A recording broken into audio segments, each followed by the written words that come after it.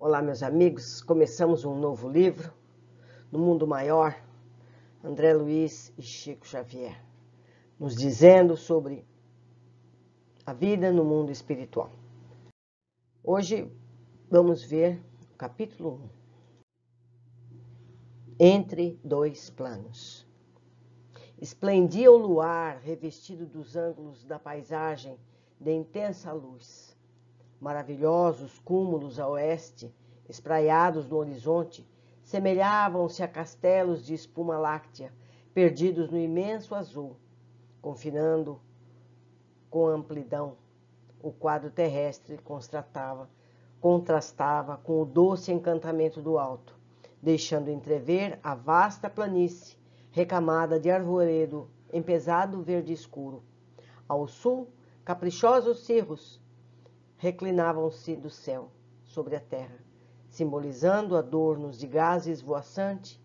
Evoquei nesse momento a juventude da humanidade encarnada, perguntando a mim mesmo se aquelas bandas alvas do firmamento não seriam faixas celestiais a protegerem o repouso do educandário terrestre. Ele se refere às nuvens, cúmulos, nimbos. A solidão imponente do plenilúnio infundia-me quase terror pela melancolia de sua majestosa e indizível beleza. A ideia de Deus envolvia-me o pensamento, arrancando-me notas de respeito e gratidão que eu, entretanto, não chegava a emitir. Em plena casa da noite, rendia culto de amor ao Eterno, que lhe criara os fundamentos sublimes de silêncio e de paz, em refrigério das almas encarnadas na crosta da terra. O luminoso disco lunar irradiava, destarte, maravilhosas sugestões.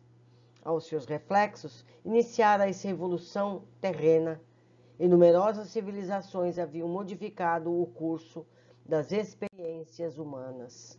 André está poético hoje, né? Aquela mesma lâmpada suspensa, a lua, clareava o caminho dos seres primitivos, conduzida aos passos dos conquistadores, norteava a jornada dos santos. Testemunha impassível, observara a fundação de cidades suntuosas, acompanhando-lhes a prosperidade e a decadência. Contemplava as incessantes renovações da geografia política do mundo. Brilhara sobre a testa coroada dos príncipes e sobre o cajado de misérrimos pastores. Presenciara todos os dias, há longos milênios, o nascimento e a morte de milhões de seres. Sua augusta serenidade refletia a paz divina. Cá embaixo, desencarnados e encarnados, possuidores de relativa inteligência, pedíamos proceder a experimentos, reparar estranhadas, contrair compromissos ou edificar virtudes entre a esperança e a inquietação, aprendendo, recapitulando sempre. Mas a lua, solitária e alvinente, trazia-nos a ideia da tranquilidade inexpugnável da divina lei. A região do encontro está próxima. A palavra do assistente Calderaro interrompeu-me a meditação. O aviso fazia-me sentir o trabalho, a responsabilidade. Lembrava, sobretudo, que não me encontrava só. Não viajávamos ambos sem objetivo. Em breves minutos, partilharíamos os trabalhos do instrutor Eusébio, abnegado paladino do amor cristão, em serviço de auxílio a companheiros necessitados.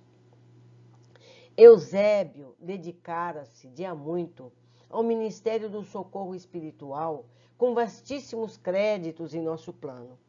Renunciara a posições de realce e adiara sublimes realizações, consagrando-se inteiramente aos famintos de luz.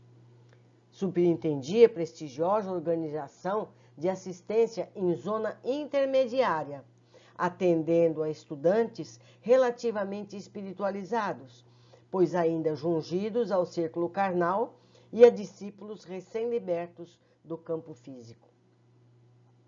A enorme instituição a que se dedicava direção fulgurante, regurgitava de almas situadas entre as esferas inferiores e as superiores. Gente com imensidão de problemas e de indagações de toda espécie, a requerer-lhe paciência e sabedoria. Entretanto, o indefeso, incansável, missionário, malgrado ao constante acúmulo de serviços complexos, encontrava tempo para descer semanalmente a crosta planetária, satisfazendo interesses imediatos de aprendizes que se candidatavam ao discipulato, sem recursos de elevação para vir ao encontro de seu verbo iluminado na sede superior. Quer dizer, Eusébio descia, já que esses alunos não tinham condições espirituais de subir até ele, no plano espiritual, mesmo durante o sono, ele descia uma vez por semana. Não o conhecia pessoalmente. Calderaro, porém, recebia-lhe a orientação de conformidade com o quadro hierárquico, e a ele se referia com entusiasmo do subordinado, que se liga ao chefe, guardando o amor acima da obediência. O assistente, a seu turno, prestava serviço ativo na própria crosta da terra, a atender de modo direto aos irmãos encarnados, especializara-se na ciência do socorro espiritual, naquela que entre os estudiosos do mundo poderíamos chamar de psiquiatria iluminada, setor de realizações que há muito tempo me seduzia. Dispondo de uma semana sem obrigações definidas, dentre os encargos que me diziam respeito, solicitei ingresso na turma de adestramento, da qual se fizera Calderaro eminente orientador, tendo-me ele aceito com gentileza, característica dos legítimos missionários do bem, e propondo-se conduzir-me carinhosamente. Encontrava-se em oportunidade favorável aos meus propósitos de aprender, pois a equipe de preparação que lhe recebia ensinamentos excursionava em outra região, a labutar em atividades edificantes. À vista disso, poderia dispensar-me toda a atenção, auxiliando-me os desejos. Os casos que lhe eram atinentes, explicou-me solícito, não apresentavam continuidade substancial. Desdobravam-se, constituíam obra de improviso, obedeciam ao inopidado das ordens de serviço ou das situações. Noutros campos de ação, fazia-se imprescindível o roteiro, previstas as condições e as circunstâncias. No quadro de responsabilidades, porém, que lhe estavam afetas, diferiam as normas. Importava acompanhar os problemas, quais imprevistas manifestações da própria vida. Em virtude de tais flutuações, não traçava a rigor programas quanto a particularidades. Executava os deveres que lhe competiam, onde, como e quando determinassem os desígnios superiores. O escopo fundamental da tarefa circunscrevia-se ao socorro imediato aos infelizes, evitando-se, quanto possível, a loucura, o suicídio e os extremos desastres morais. Olha que absurdo, que coisa incrível! Que tarefa preciosa! Para isso, o missionário atuante era compelido a conhecer profundamente o jogo das forças psíquicas, com acedrado devotamento ao bem ao próximo. Calderaro, nesse particular, não deixava perceber quaisquer dúvida. A bondade espontânea lhe era indício de virtude, e a inquebrantável serenidade revelava-lhe a sabedoria. Não lhe gozava o convívio desde muitos dias. Abraçara-o na véspera pela primeira vez. Bastou, no entanto, 1 minuto de sintonia para que se estabelecesse entre nós sadia intimidade. Embora lhe reconhecesse a sobriedade verbal, desde o momento do nosso encontro, permutávamos impressões como velhos amigos. Seguindo-lhe, pois, os passos afetuosamente, de alma edificada na fraternidade e na confiança, vi-me reduzida a distância de extenso parque em plena natureza terrestre. Em torno, árvores robustas, de copas farfalhantes, alinhavam-se à maneira de sentinela adrede postadas para velar-nos pelos serviços. O vento passava cantando, em surdina, com o recinto iluminado, de claridades inacessíveis à faculdade receptiva do olhar humano. Aglomeravam-se algumas centenas de companheiros temporariamente afastados do corpo físico pela força liberativa do sono. Amigos de nossa esfera atendiam-nos com desvelo, mostrando interesse afetivo, prazer de servir e santa paciência. Reparei que muitos se mantinham de pé. Outros, contudo, se acomodavam nas protuberâncias do solo acautifado de relva macia, em palestra grave e respeitosa. Ambientando-me para aquela hora de extrema beleza espiritual, Calderaro avistou-me.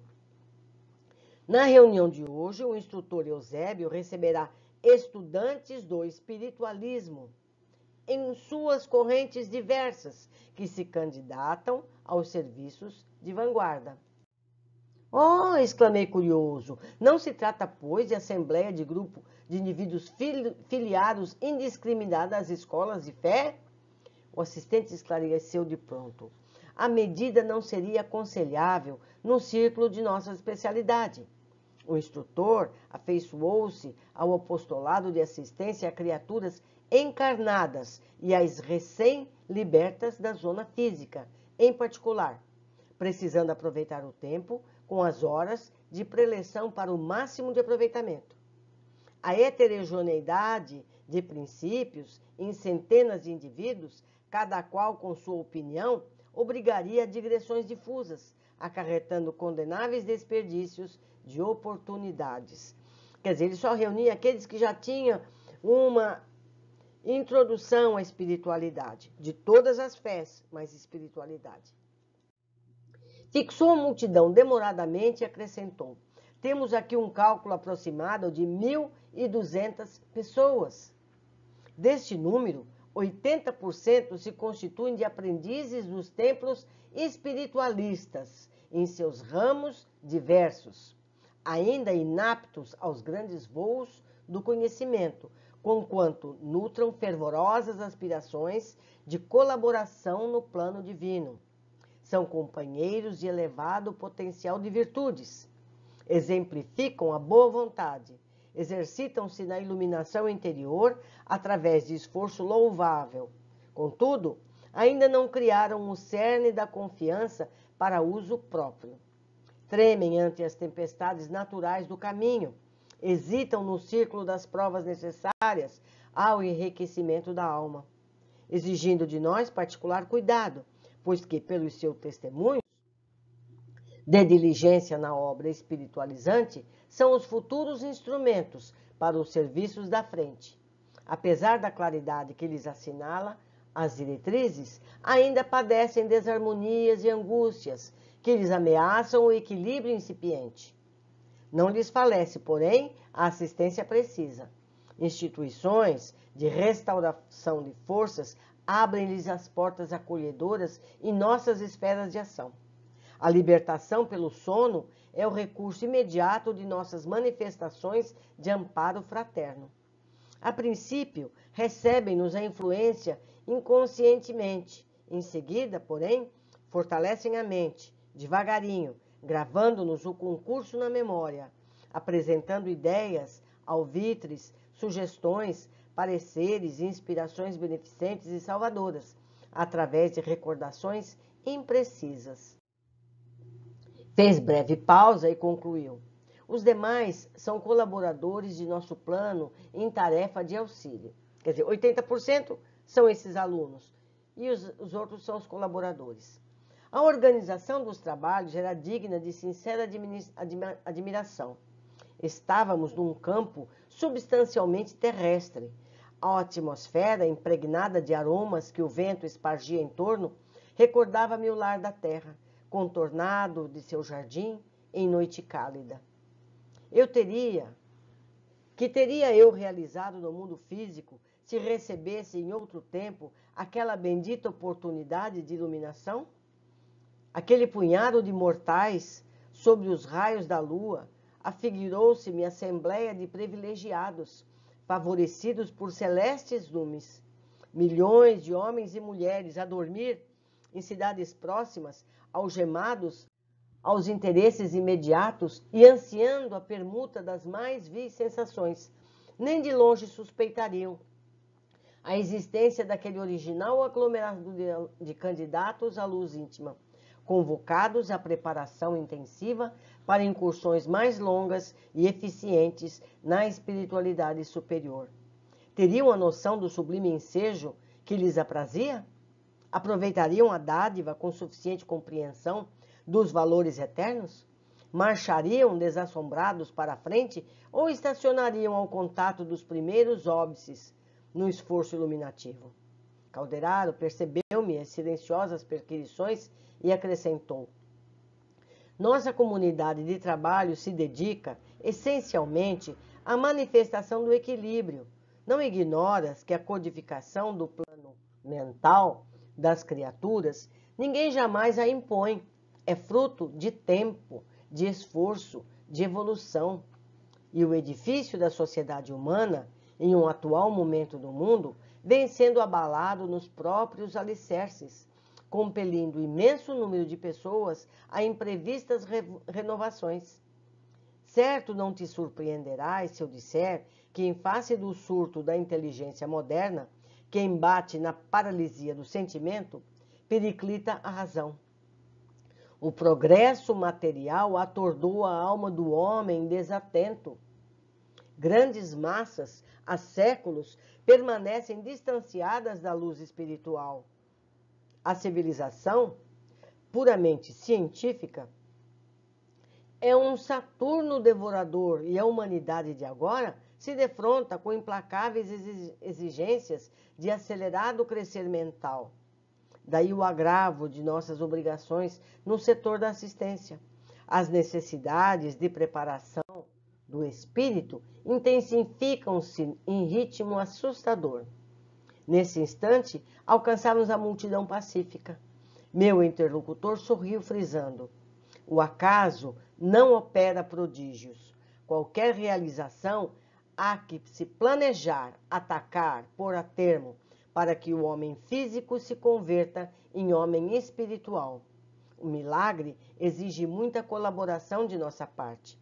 Lançou-me um olhar significativo e concluiu: as asas sublimes da alma eterna não se expandem nos acanhados escaninhos de uma chocadeira. Há que trabalhar, brunir, sofrer. Nesse momento, aproximou-se alguém dirigindo-se a palavra. Era um solícito companheiro, informando-nos de que Eusébio penetrara o recinto. Efetivamente, em saliência próxima, comparecia um missionário, ladeado de 6 assessores, todos envoltos em halos de intensa luz.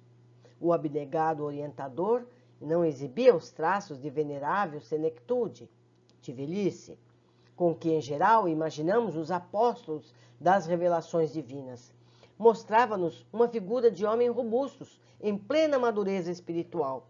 Os olhos escuros e tranquilos pareciam fontes de imenso poder magnético. Contemplava-nos sorridente, qual simples colega. A presença dele impusera, porém, respeitoso silêncio. Cessaram todas as conversações que aqui e ali se entretinham, e ante aos fios de luz que os trabalhadores de nosso plano teciam em derredor, isolando-nos de qualquer assédio eventual das forças inferiores. Apenas o vento calmo erguia a voz, sussurrando algo de belo e misterioso à folhagem. Sentamo-nos todos à escuta, enquanto o instrutor se mantinha de pé. Observando-o quase de frente a frente, eu podia agora apreciar-lhe a figura majestosa, respirando segurança e beleza. Do rosto imperturbável, a bondade e a compreensão, a tolerância e a doçura irradiavam simpatia inescindível. A túnica ampla, de tom verde claro, emitia esmeraldinas cintilações. Aquela vigorosa personalidade infundia veneração e carinho, confiança e paz. Consolidada a quietude do ambiente, elevou a destra para o alto e orou com inflexão comovedora. Senhor da vida, abençoa-nos o propósito de penetrar o caminho da luz. Somos teus filhos, ainda escravos de círculos restritos, mas a sede do infinito dilacera-nos os véus do ser. Herdeiros da imortalidade, buscamo-te as fontes eternas. Esperando, confiantes em tua misericórdia, de nós mesmos, Senhor, nada podemos. Sem ti somos frondes decepadas, que o fogo da experiência tortura ou transforma. Unidos, no entanto, ao teu amor, somos condicionadores gloriosos de tua criação interminável. Somos alguns milhares neste campo terrestre. E antes de tudo, louvamo-te a grandeza, que não nos oprime a pequenez, dilata-nos a percepção diante da vida, abre-nos os olhos, ennevoados pelo sono da ilusão, para que te divisemos tua glória sem fim. Desperta-nos docemente o ouvido, a fim que percebermos o cântico da tua sublime eternidade. Abençoa as sementes de sabedoria que os teus mensageiros esparziram no campo de nossas almas. Fecunda-nos o solo interior, para que os divinos germes não pereçam. Sabemos, Pai, que o suor do trabalho e a lágrima da redenção constitui adubo generoso, a floração de nossas sementeiras. Todavia, sem a tua bênção, o suor enlanguece e a lágrima desespera. Sem a tua mão compassiva, os vermes das paixões e as tempestades de nossos vícios podem arruinar-nos a lavoura incipiente. Acorda-nos, Senhor da vida, para a luz das oportunidades presentes, para que os atritos da luta não se inutilizem. Guia-nos os pés para o supremo bem. Reveste-nos o coração com a tua serenidade paternal, rebustecendo-nos a resistência. Poderoso Senhor, ampara-nos a fragilidade. Corrige-nos os erros, esclarece-nos a ignorância, acolhe-nos em teu amoroso regaço. Cumpra-se, Pai amado, os teus desígnios soberanos, agora e sempre, assim seja. Finda a comovente rogativa, o orientador baixou os olhos, nevoados de pranto, e então vi, dominado de júbilo, que da incognoscível altura da claridade diferente caía sobre nós em jorros cristalinos. Partículas semelhantes à prata eterizada choviam no recinto, infiltrando-se nas raízes das árvores mais próximas, lá fora. Ignoto encantamento fizera-se em minha alma ao contato dos eflúvios divinos. Reparei que as minhas forças gradualmente serenavam, em receptividade maravilhosa. Em torno pairavam as mesmas notas de alegria e de beleza, pois a calma e a ventura transpareciam em todos os rostos, voltados estáticos para o instrutor, em redor do qual se mostravam mais intensas as ondas de luz celeste. Sublime felicidade inundava-me todo o ser, mergulhava-me em indefinível banho de energias renovadoras. Meus olhos foram impotentes para conter as lágrimas felizes que as formosas cintilações me destilavam das fontes ocultas do espírito. E antes que o nobre mentor retomasse a palavra, agradeci em silêncio a resposta do céu, reconhecendo na prece, mais uma vez, não só a manifestação da reverência religiosa, senão também o recurso de acesso aos inesgotáveis mananciais do divino poder. Muito bonita a preparação, não é verdade?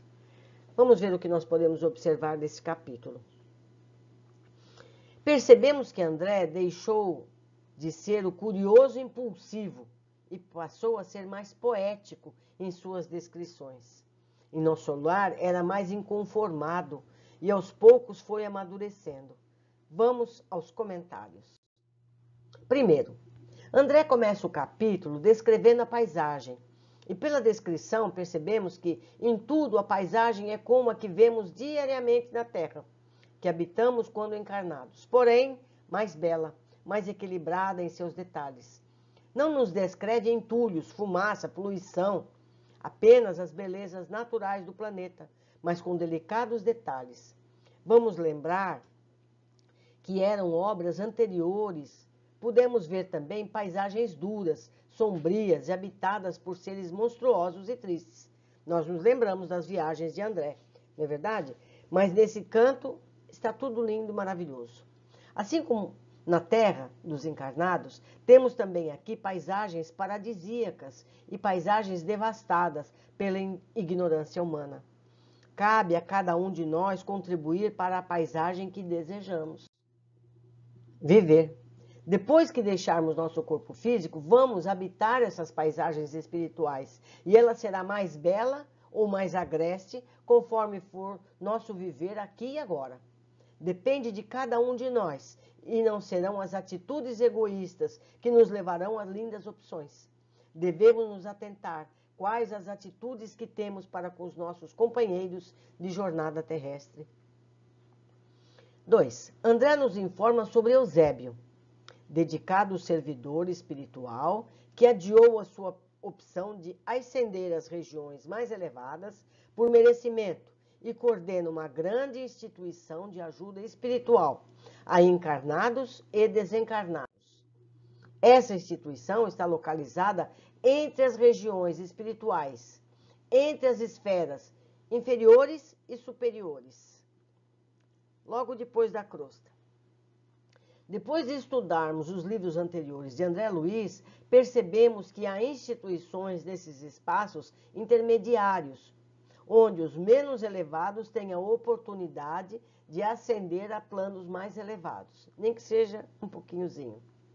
Eusébio encontrava tempo para descer semanalmente a crosta planetária, satisfazendo interesses imediatos de aprendizes que se candidatavam ao discipulado, sem recursos de elevação para vir ao encontro de seu verbo iluminado na sede superior. Eles não tinham competência espiritual, capacidade de ascender ao nível onde estava Eusébio, e nem um pouquinho mais acima. Então Eusébio vinha. Temos aqui a informação de que há oportunidades de elevação a todos os que sinceramente se dispõem a aprender. André até lamentou que ele não tivesse tido a oportunidade de ter estado num grupo como esse. 4. De conformidade com o quadro hierárquico. E Eusébio estava em níveis espirituais acima de Calderaro. Entendemos que nos planos espirituais a classificação de hierarquia não se dá por decretos ou diplomas, mas por elevação espiritual conseguida por esforços pessoais, e essa hierarquia não resulta em condições de supremacia humilhante, mas de consideração amorosa, pois os mais elevados o são também em bondade e amor. Então ele é respeitado no posto onde ele está, porque ele se fez merecer, e a pessoa sabe que ele pode doar esse conhecimento aos que estão ainda aquém dessa hierarquia. 5. Atender de modo direto aos irmãos encarnados. Os núcleos de estudo citados estão em plano físico, onde permanece sempre um assistente. Quer dizer, esse grupo de espíritos está no nível do plano físico e eles podem recorrer a eles durante o sono, em desdobramento. Entendemos que nos locais de estudo estabelecidos por encarnados sinceros no propósito de elevação, há assistentes que nos auxiliam. Isso é, também nos grupos de estudo, sejam igreja, templo de qualquer natureza, centros espíritas também. Se ali se consagra um local de estudo, também a espiritualidade monta um posto de assistência educativa nesses locais, já devidamente protegido. 6. André descreve a atividade atual de Calderaro como sendo sem um roteiro rígido. Agia conforme as circunstâncias do momento, conforme fosse necessário. O escopo fundamental da tarefa circunscrevia o socorro imediato aos infelizes, evitando-se, quanto possível, a loucura, o suicídio e os extremos desastres morais. Ele era um socorrista, não é? Ou seja, prestava socorro emergencial conforme as situações se apresentavam. Isso nos mostra o carinho que recebemos constantemente dos planos mais altos. André vai com Calderaro para a crosta e descreve o lugar tanto no plano físico como no plano espiritual, pois ele cita que os encarnados não podiam ver as claridades do local. Quer dizer, ele está desdobrado, mas ele não tinha capacidade espiritual de ver toda aquela paisagem maravilhosa como o André estava vendo. Aglomeravam-se algumas centenas de companheiros temporariamente afastados do corpo físico pela força liberativa do sono. Concluímos aqui que os núcleos de estudo estavam no plano terrestre espiritual, como eu já expliquei acima. Então, o templo existe, tem sua rotina, e durante a noite, quando não tem esse tipo de trabalho, as pessoas estão dormindo, se reúnem nesse espaço já consagrado, e ali é um posto de estudo. Todos podemos nos matricular, entre aspas, nesses centros de estudo. Basta que desejemos e no momento do sono nos propormos a isso. Nós nos propomos aí nesses núcleos de estudo, nós nos propomos a ajudar, a trabalhar, a fazer qualquer atividade que a gente esteja preparado. A gente não sabe ao que está preparado, mas há serviço para todos nós. E a espiritualidade nos conduziria ao local onde nós podemos ser úteis. Para isso, nós precisamos nos estar preparados para pedir, eu quero ir, eu quero ajudar, eu quero estudar. Continuando, assim como nós podemos nos propor atividades de auxílio, socorro, segundo as nossas capacidades de trabalho espiritual. 8º item, Calderário explica a André, estudantes do espiritualismo, em suas correntes diversas, que se candidatam aos serviços de vanguarda. Mais adiante, Calderaro detalha que esses espíritos encarnados e desdobrados, recém-desencarnados, já têm conhecimento relativo ao tema. Recém-desencarnado ou desdobrado. Pois se o grupo fosse heterogêneo, pessoas que não sabem nada do plano espiritual, dificultaria e retardaria o trabalho de Eusébio, que teria que dar constantes esclarecimentos aos ainda despreparados para o assunto. O tempo é precioso em qualquer plano da vida. Portanto, cabe a cada um de nós nos prepararmos minimamente para poder participar desses grupos. Não é verdade? Calderaro nos fala que é uma multidão ali reunida para esses estudos. 1.200 pessoas, aproximadamente. Desse número, 80% se constituem de aprendizes dos templos espiritualistas em seus ramos diversos, ou seja, não necessariamente espíritas. Mais uma vez eu aviso, o mundo espiritual não é espírita. Precisamos ser pessoas boas, fraternas, interessadas em aprender mais sobre o mundo espiritual. Mais adiante, Calderaro diz que 20% dos restantes são auxiliares espirituais que ajudam na tarefa proposta. Calderaro descreve esses 80%. Tremem ante as tempestades naturais do caminho, hesitam no círculo das provas necessárias ao enriquecimento da alma. Ou seja, é como a maioria de nós. Sabemos um pouco, mas ainda ficamos inseguros com as tribulações da vida. Uma doença, a perda de um familiar, uma derrocada financeira. Ainda não entendemos que os fatos que nos ocorrem fazem parte de nosso plano individual de crescimento espiritual e devemos enfrentar com mais segurança e entendimento das razões úteis desses momentos mais difíceis. É a gente sempre perguntar o que eu preciso aprender com esse problema, com essa dificuldade, não é? Então, o que seria um problema passa a ser uma lição, a gente encara a lição de uma forma diferente, não é? Quando a gente tinha que estudar logaritmo na escola, não é? Se não souber, não passa de ano. Então, aqui é a mesma coisa. Se a gente não souber passar as dificuldades que nos aparecem, a gente não evolui. 11. Importante saber que instituições de restauração de forças abrem-lhes as portas acolhedoras em nossas esferas de ação. Se merecedores, nós temos sempre o suporte espiritual que nos apoia e inspira para o restabelecimento de nosso equilíbrio. Mas lembremos sempre que cabe a nós os primeiros passos da recuperação. Não basta ficar orando, pedindo para ajudar, para fazer. A gente tem que dar os primeiros passos. Eles ajudam, mas nós temos que começar a tarefa. Não cai do céu. 12. Detalha Calderaro. A princípio, recebem-nos a influência inconscientemente. Devagarinho, gravando no concurso na memória, apresentando ideias, alvitres, sugestões, pareceres, inspirações beneficentes e salvadoras, através de recordações imprecisas. Por esse processo, vamos nos fortalecendo. Para facilitar esse processo, precisamos muito ter o hábito de nos ligarmos à espiritualidade, tanto no momento de adormecer como no de acordar. Dessa forma, nos ligamos mais à espiritualidade e temos mais capacidade de lembrar as orientações que nos ajudam a entender não só as razões dos fatos, mas caminhos de solução e aproveitamento. 13. André fica analisando as ações de Calderaro e Calderaro explica: o progresso material atordou a alma do homem desatento. Imagine que isso foi na década de 40 do século passado.